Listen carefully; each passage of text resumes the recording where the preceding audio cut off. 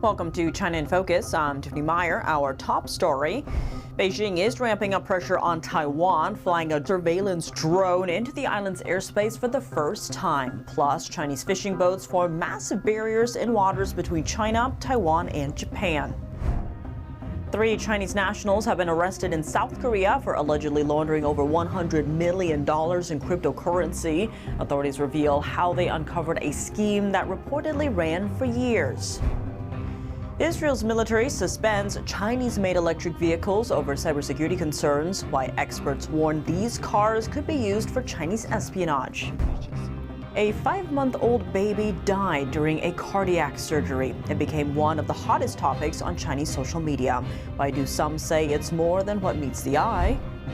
Britain has approved China's largest ever European embassy in London as its prime minister prepares for a possible visit to Beijing. Why is the UK allowing the project near critical financial data infrastructure despite major protests and with no objections from Britain's spy service? We break down what experts are saying.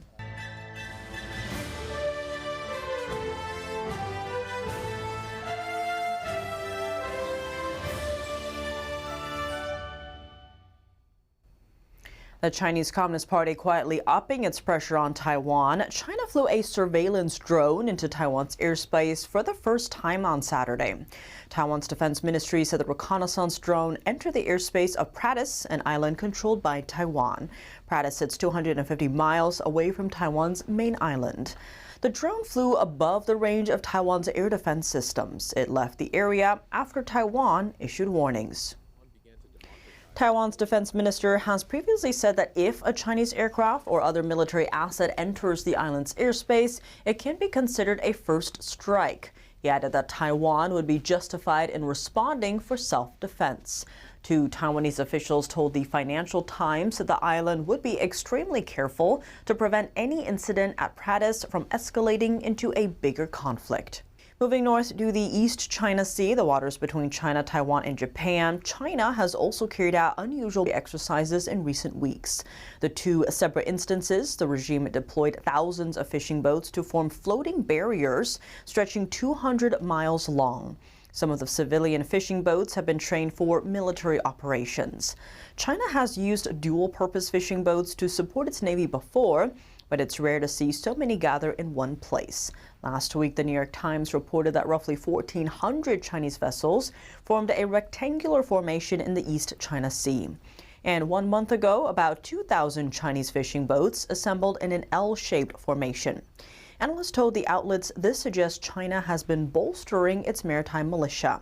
They say it could also be a test of how civilian vessels might support military operations against Taiwan. The fishing boats assembled near major shipping lanes close to Shanghai. Those lanes are considered strategically important for China in the event of a conflict over Taiwan. A former U.S. intelligence officer said Chinese fishing boats are too small to effectively carry out a blockade, but they could potentially impede U.S. warship operations.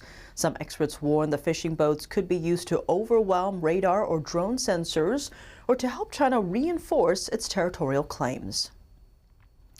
3 Chinese nationals have been arrested in South Korea, accused of laundering more than $100 million in cryptocurrency.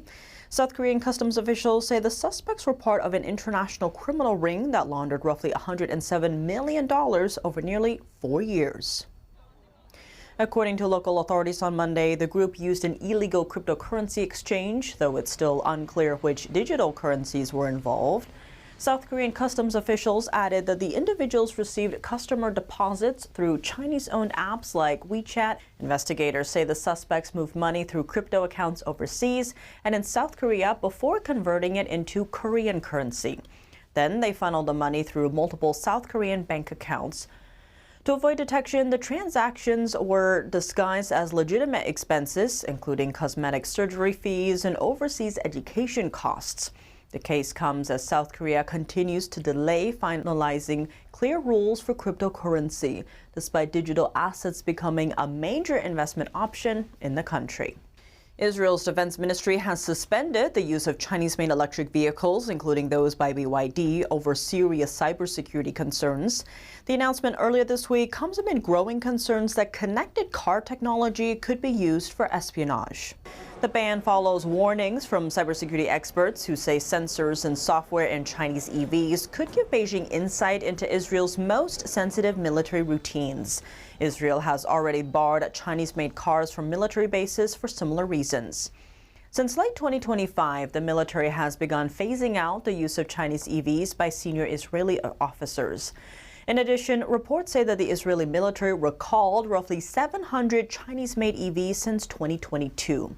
Officials point to the car's connected systems and cameras. They say the vehicles could potentially transmit sensitive data back to China or even allow remote control. Security experts warn that devices connected to the internet, especially electric vehicles, can serve as data collecting platforms that foreign governments could exploit. And by law, Chinese companies must share its collected data with the Chinese regime when requested, making these vehicles dangerous for commercial use. Data from the Israel Imported Vehicles Association shows Chinese EVs accounted for more than a third of all new car registrations in the third quarter of 2025. Experts warn that Israel may need to consider recalling all Chinese-linked EVs to protect national security. More than 100 people gathered outside a court in Ningbo City in southeastern China. The medical dispute case involving little Luo Xi was heard. The 5-month-old baby died during a cardiac surgery 2 months ago. Public attention has continued to grow, making the case one of the hottest topics on Chinese social media. An investigation revealed medical malpractice. But the case seems to go beyond what meets the eye. Take a look. The girl, Shu Luoxi, or Little Luoxi as Chinese netizens call her, underwent the surgery at the Women and Children's Hospital of Ningbo University on November 14. The surgeon said the surgery was intended to correct an unusual atrial septal defect located in the heart. He told the family this operation carried a success rate of over 99%. However, little Luoxi died during the procedure. The autopsy report showed that Luoxi did not have the unusual atrial septal defect, but a common one. Standard treatment for it involves observation until the child reaches 1 or 2 years old. Some cases resolve on its own without surgery, and performing surgery at such a young age carries greater risks. It raised questions about whether the surgery was actually needed. On top of that, the autopsy found a 2.5-inch surgical wound on Luoxi's body that had not been stitched up. The grieving family shared the case online, sparking public outrage and quickly going viral on Chinese social media.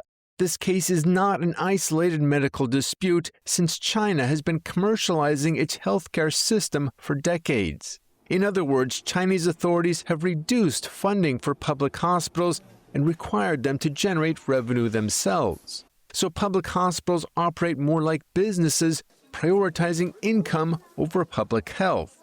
The logic is simple. More operations and more drug sales means more revenue. More cases have emerged of patients complaining that hospitals arranged unnecessary operations or that doctors prescribed the most expensive medicines. Another death has drawn attention on Chinese social media. A well-known Hong Kong kung fu actor passed away last week after posting more than 20 messages speaking out for Luo Xi. Bruce Leong was one of the few celebrities to do so. He also called for the punishment of human traffickers. Not even 1 day after that, he died suddenly of heart failure in a Chinese city near Hong Kong. His death wasn't announced until 5 days later. Some Chinese influencers are asking whether his death is related to his outspoken stance against the unfair treatment of people in China. Leong's students denied having any suspicions.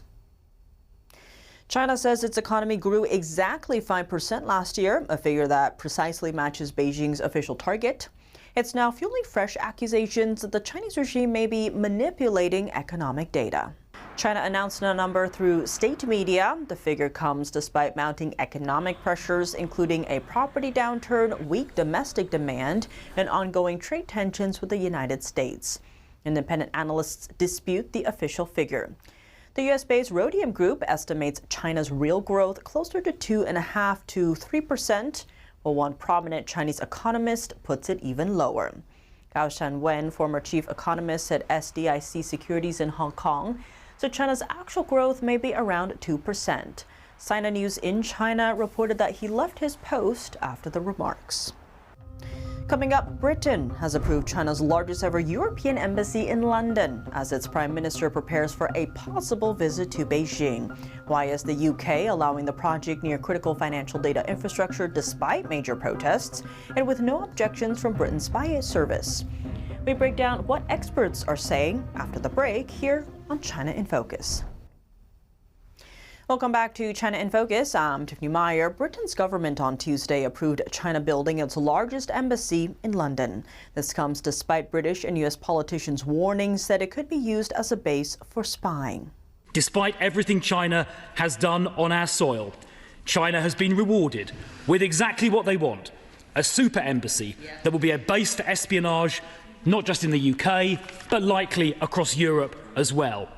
The government has capitulated to Chinese demands.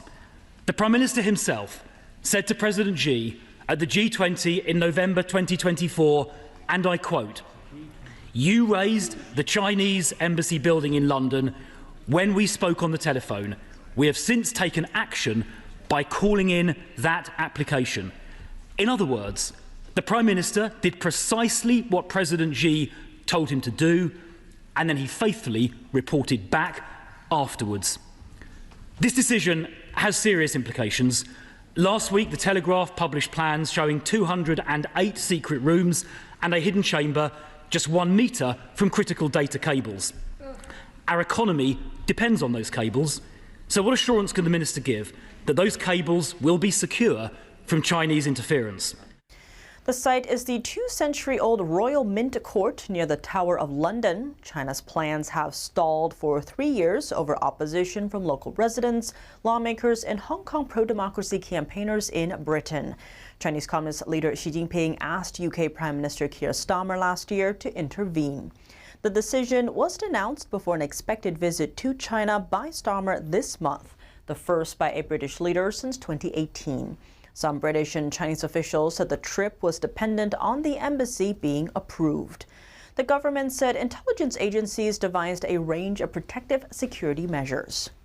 UK residents reacted to Britain's government approving China building its largest embassy in Europe in London. Listen.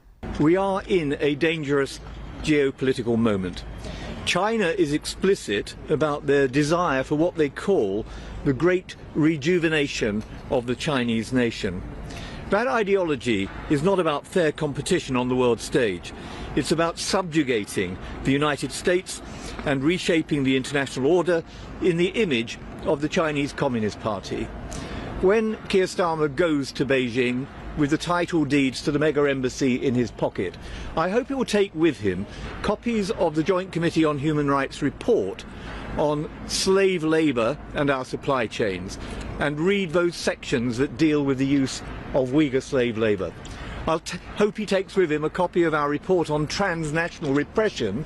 I am one of the Hong Kongers who has moved to the UK for political reasons. I have had a bounty of 1 million Hong Kong dollar imposed on me by the Chinese Communist Party. We know China. We know Chinese Communist Party and their intentions. Already, we have seen the United Kingdom fail to hold China to its promise over Hong Kong. Our people were abandoned to the mercy of the CCP. I'm also from Hong Kong and also have a bounty placed on me. I'm angry and disappointed at Labour's government's decision. We have held several large protests outside the Roman court, which have shown beyond doubt that the area is not suitable for an embassy. Major roads have been closed every time we have gathered, causing traffic chaos. We are also told that access to historic ruins on the site will be guarded by Chinese police. People like me will never be able to visit these sites of UK's heritage. I do not have words to express the grief of my people at being abandoned by those we had come to rely upon. While Uyghurs like me are enslaved, shut up in camps, our women sterilized, our children forcibly separated and subjected to state-run indoctrination, and our voices silenced by threats against us and our families. The UK government is inviting the criminals responsible to create a huge outpost for their criminal behaviour here in London. We residents have fought this application since we learned that our homes have been sold to China without warning. This has been a long David and Goliath fight. There is now only one way of stopping this, a judicial review. So I am today announcing that our judicial review to challenge the UK government's embassy decision begins today. Why is Britain allowing China to build its largest European embassy next to critical financial data infrastructure? We've seen protests from lawmakers, residents, and Chinese dissidents in exile for a number of days against this. What message is the Prime Minister sending in allowing China to build this mega embassy? MI5, Britain's spy service, has not objected to the plans, despite warning about broader threats from China. Why is that? NTD's Don Ma spoke with Benedict Rogers for Insight. He's the co-founder of Hong Kong Watch and co-founder and deputy chair of the Conservative Party Human Rights Commission in the UK. Take a look. Why is Britain allowing China to build its largest European embassy next to critical financial data infrastructure? Because, many have raised serious national security concerns. Well, in my view, it is a massive mistake. So many voices cross-party, not only from the opposition parties, but from the governing party, the Labour Party itself, have expressed their concerns about it. Only last night in Parliament, there was an urgent question where several Labour members of Parliament opposed this. I think the primary reason why the government has done this is, first of all, they're concerned about the trade relationship with China. They want to prioritize that. Our economy faces, admittedly, quite a lot of challenges at the moment, and the Prime Minister seems to be putting trade above security concerns. He wants to visit China quite possibly in the next few weeks, and he knew that the visit was conditional upon approving this embassy. And I think there was one other factor, which is that the regime in Beijing was essentially holding the British embassy in Beijing to ransom. They were several times cutting off the water and the electricity. The British embassy in Beijing was in need of repair and extension. But instead of finding a mutually acceptable way forward, the British government has kowtowed to Beijing and basically given in to their bullying over this. So what is the message then that the UK is sending by allowing this, by greenlighting this embassy? I think it's an extremely dangerous message. It's essentially saying to Beijing that they can bully and threaten and intimidate their way to getting what they want. And, we all know in life the best way to treat bullies is to stand up to them. But that's not what the British government has done. It's given them what they've wanted, and that's a very dangerous message. I think it poses real concerns for our national security, for our values, not only in terms of espionage, but also in terms of the embassy's use for transnational repression against diaspora communities here in the UK. And there's one other factor that I feel very passionately about, which is that there is a British national, Jimmy Lai, who is facing the prospect of dying in prison in Hong Kong. He's 78 years old. He's been there already 5 years. He's awaiting sentence, but it will be a very long sentence, and he's in very poor health. And for the British Prime Minister to give in to Beijing over this embassy before demanding Jimmy Lai's release, before making it conditional on Jimmy Lai's release, I think is outrageous. And you mentioned Jimmy Lai, other pro-democracy activists for Hong Kong as well. How could the creation of this embassy impact Chinese dissidents living in London and the UK overall? Well, I think it will only increase the transnational repression that's already been underway. We've seen, for example, you've mentioned some of the groups affected, but we've seen Hong Kongers who've had bounties placed on their heads, then receiving threatening letters in their neighborhoods to their neighbors, urging their neighbors to hand them over to the Chinese embassy. I myself have had threatening letters at my home, and as my mother has as well. And I think all of that is going to be emboldened by the fact that the British government has given this embassy. It will be the largest in Europe. It will make it much easier for the Chinese to coordinate both their espionage and their transnational repression, because they'll all be in one huge building. And there's one other factor, which is that when these plans were originally proposed, the Metropolitan Police in London opposed them because they said that the space outside the embassy would be very difficult to police if in large-scale protests. And we've proven their point correct, because we've had many protests in the last year, and it causes big disruption to the traffic. So the question is, will protests be able to continue once the embassy is established there? And will diaspora communities feel safe enough to protest outside this building? We had the incident a few years ago of the consulate in Manchester, where Chinese diplomats physically assaulted Hong Kong protesters, dragged them through the gates of that consulate. It's not hard to imagine the same thing happening in this new site. You know what I find strange, Benedict? MI5, Britain's spy service, has not objected to the plans, despite warning about broader threats from China. Why is that? Well, it's a question that only they can really answer.